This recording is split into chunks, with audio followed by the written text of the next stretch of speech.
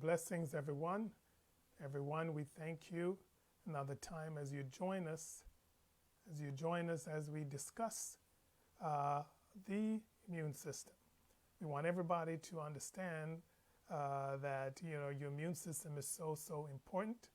It's an important part of your overall health buildup, because if your immune system is not functioning well, then you're going to run into a lot of issues.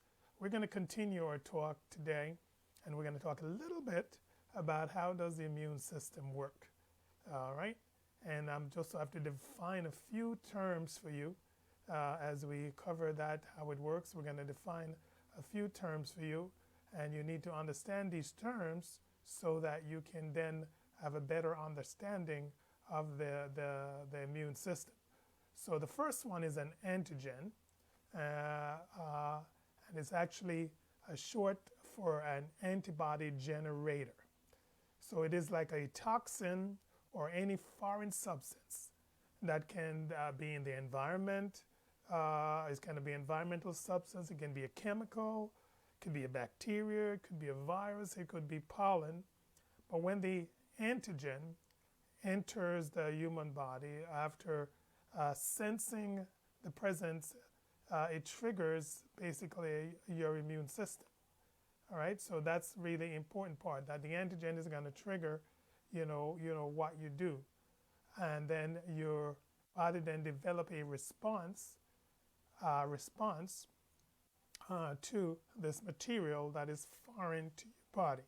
So the antigen is any substance, chemical, virus, bacteria, anything that is foreign to your system that then comes into your system.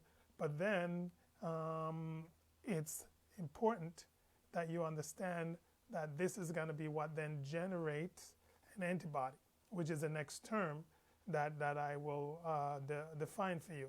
So antibodies, they are proteins that they lock onto the antigen, but they don't actually kill them. They only indicate the presence of the antigen. So the antibody is developed to then bind to that. So the antibodies need help from the other cells. And we talked last week about the T cells, the white cells, and all of that, that the antibody then brings these foreign substances to a certain area in the system where then the other cells in the body will fight against them. So the antibody is an important factor, though. So as a matter of fact, when you body see a foreign antigen, it then develops antibodies. That is, these substances that are like protein like that, then bind to the antigen, bring it then to an area that the rest of the body system is going to fight against it. For example, and I'll touch on this in a little bit again, an immunization introduces an antigen into the body without actually making you sick. That's the purpose of an immunization. And then in response, the body makes antibodies and protects the person from attack of the same germ in the future. Now, in humans, there are three types of immunity. There's what you call, and that's the next point I'm going to make, is innate or natural immunity. And so we possess this immunity at birth. So the immunity type includes the respiratory tract, your cilia in the system, your eyelashes, your body hair, your mucous membranes in the throat. All of these things are a first line defense against any pathogens. So they're a part of your immune system. The defense mechanism includes the saliva, your tears, secretions, and the mucus, the bile, and the sweat. When an infection is sensed, our innate immature response tries to eliminate it. So the body tries to guard against it.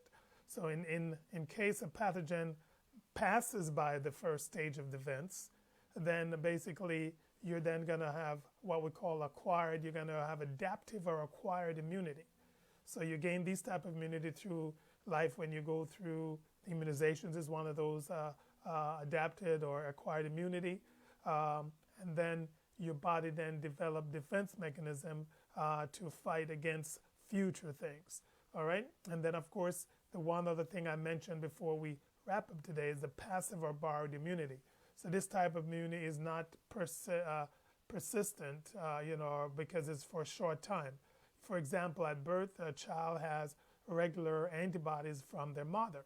And this is a kind of passive immunity. After a while, those wear off, and then the child will then make his own. The placenta is the source that provide antibodies to the baby before birth and after birth.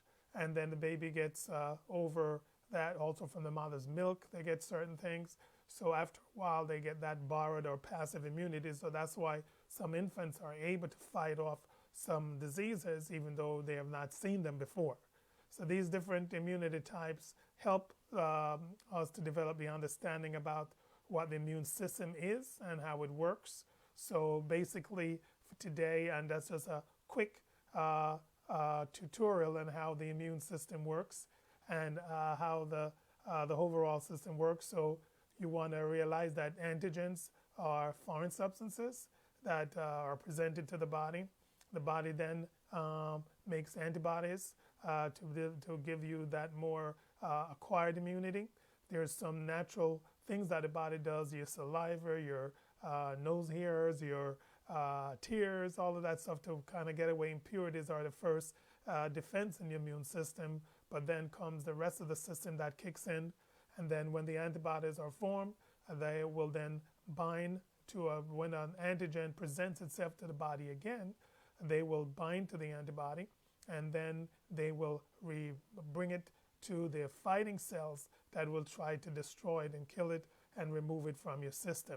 So that brings you into a place where you're developing and always working, your system is always at work.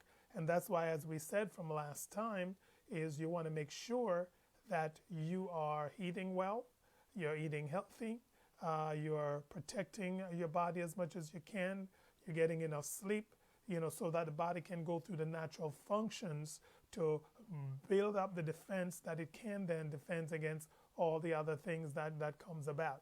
So you want to make sure that you're doing all of that, you're falling in line and following the precepts.